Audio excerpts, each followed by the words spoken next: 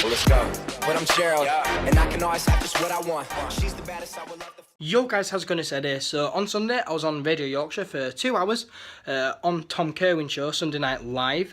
Here's a little clip of it. We had a coin toss earlier on.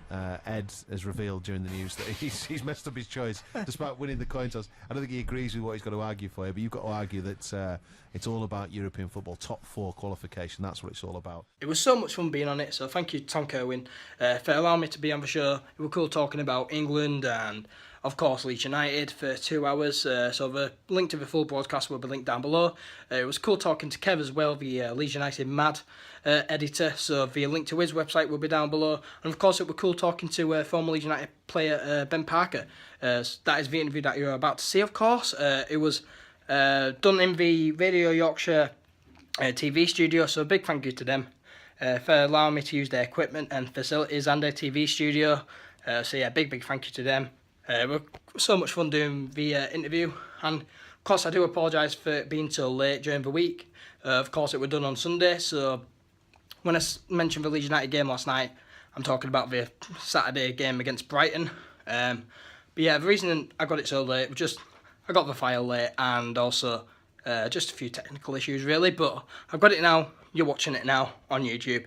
Enjoy it. Peace. Yo guys, how's it going? It's Ed here, bringing you all things Leeds, and today I am joined by former Leeds United defender Ben Parker. Ben Parker, how are you? Good mate, how are you? I'm fine, thank you. Good stuff. Of course, Harrogate Town playing out. Yeah. Enjoying time at Harrogate? Yeah, really enjoying it. Great club, great people who work there. Just not in terms of the management side of things, but behind the scenes as well. And we're going full time next year as a club, so really exciting to be part of it at the moment. We're thereabouts playoffs. We're still trying to achieve it. We had a bad run just before Christmas time, which has kind of set us back. But with a depleted squad, picking up loads of injuries at the moment. But now everyone's pulling together, and it's a good place to be at. Yeah, and of course your first season at Harrogate, you settled down well? Yeah, really well. It always helps knowing players and people when you go in there. And I've played with quite a lot of them before previous clubs, so it was kind of like a no-brainer. And I was delighted to go there because I knew the ambitions of the club, they matched mine. And people think on non-league clubs like they're not really run well, this, that, and the other. But I tell you now, apart from probably the times when we can train on the evenings, it's a professional club. We have food made for us, we do video analysis, we go through every little detail, and it's a really professional club. Yeah, and it must be great for you playing regular football as well, because time here at Leeds, got quite a lot of injuries. So is it good playing regular football all the time? my body today is saying not really, but no, you can't beat just playing football. It doesn't matter if it's Ellen Road in front of 30,000 or if you're playing Sunday morning with your mates. It's a game of football at the end of the day, and you kind of build your week up to having a game at the weekend, and I'm no different. And it doesn't matter what level you're at. And like saying, we train 3 times a week now. So gearing up, and you know you're going to be playing at a weekend makes it worthwhile, instead of spending all those hours, all those days in a treatment room just you and the physio. You've not got much to look forward to. So it's a definite change, which I'm more than happy about. Of course, when you did play for Leeds United, you played at quite a high level, Championship. You played at the Emirates against Arsenal, didn't you? Yeah.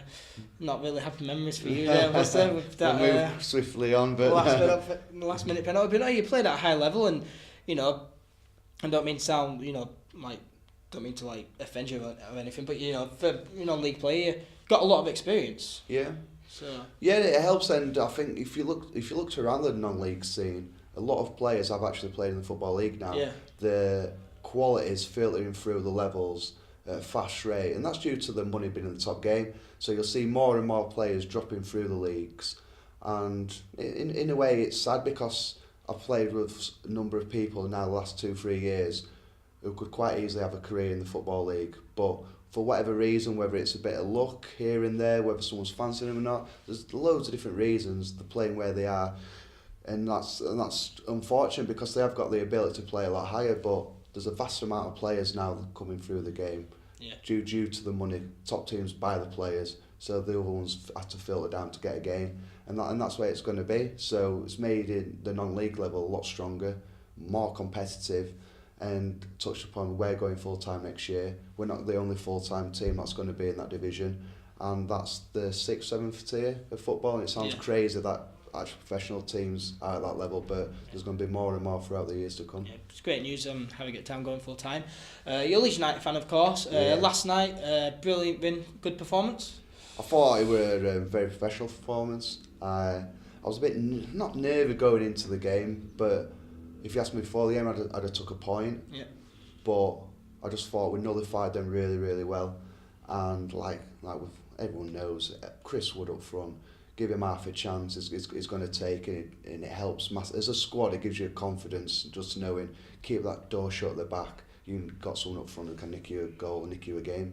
Yeah, and it's been a positive season for Leeds United this campaign. What do you think the big difference has been this season for Leeds United? Winning games is a big one, but it's little subtle changes that people probably won't even realise. It's not really tinkering with team, having a settled side, stability off the field. That's a big one, because for a number of years now, it's off the field stuff dominated rather on the field, and we've got that right off the field, and it's no coincidence for me that on the field is going perfectly right as well. But there was a time beginning of the season, it seems such a long time ago now, there whether Gary Monk could actually keep his job, going back to I think it was Blackburn we played at Ellen Road. First game of the season as well, 3-0 loss at QPR, it seems like years ago now. Seems like a different season altogether, doesn't it? But the transition from that team to now, it's chalk and cheese.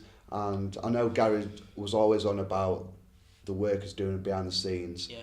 I think obviously now the work they have been doing, it was showing on a Saturday come game time. So all the credit's got to go to Gary and his staff. I think his staff plays a major part in it as well. Mm-hmm. I think someone like James Beattie, for likes of Chris Wood's fantastic. Yeah. He touched on his interview with Sky last night, and he played a little reminder of what he actually does to him. Yeah. As not a striker, just like scoring goals, but his all round play, his build up play, even little things closing the centre half down which way to show him, cutting the line off, little things like that. All little things that add up to an all-round performance. Yeah, and Gary Monk at the start of the season when he was appointed, kind of, I think a few people raised a few eyebrows. There were pressure on his job. Did you raise your eyebrows? Kind of. Yeah. He had only had one job, managerial job at Swansea. Yeah. He did a good job there, but but he's a young manager. You happy that he stayed? There was pressure on him early on in the season, and do you think he'll sign a new contract as well? That's the difficult one. I'd have offered him a new contract a number of months ago, due to obviously him doing really well. And on the Sunday Night Live show, we've spoke about it several times. The fear I have is a successful season at a big club. Premier League team's going to be looking at him. It's only natural. Especially if we don't get promoted. Exactly. That'd be my only worry. But whether Gary'd want to stay on. He can answer that, but I'd offer him a long-term contract. Whether he'd want it or not, that's obviously up to him. But I was happy with his appointment in the first place. I thought there's not many real candidates out there, and I just thought a young manager coming in with fresh ideas. He's not long out of the game. Yeah, he's only had one club manager. He's played like his career at Swansea basically, so it is a gamble in that aspect. But he's got fresh ideas. And is recent, and he knows the game inside out. Yeah. He knows what he wants. So for me, I was happy with that, and I'm more than delighted that it's paid off for him. Do you think it's quite worrying that Gary Monk and quite a few other players haven't signed contracts already? Bartley, he hasn't really agreed a deal, and Gary Monk, he probably should have signed a new contract probably at Christmas. In a perfect scenario, but I think this year has been the best in terms of getting players signed up, in terms of your Pontus Jansson, your Hernandez. If we were probably talking this time last year, they wouldn't have been signed up. Come into the season, they'd have gone. So we've moved forward quite a long way in terms of that aspect. Yeah, we'd love Bartley signed up and Monk signed up as well. But sometimes in football, it's just not as easy as that. So we'll have to come to the end of the season with that. But hopefully, a promotion don't half make it a lot easier to sign players like that and managers like that. Yeah, and one question that I didn't get to ask you in Sunday Night Live, we were talking about Rob Green. Yeah. You know, it's a young team, very young team, and Rob Green, he's got a lot of experience, international experience. Yeah. You know, he's 30 odd. You know, you've been, you know, in football team with Leeds United. You know, like what does a player like Rob Green, you know, bring to, you know, the dressing room? You know, player who's got so much experience in a young team. Yeah. Like what kind of, like, you know.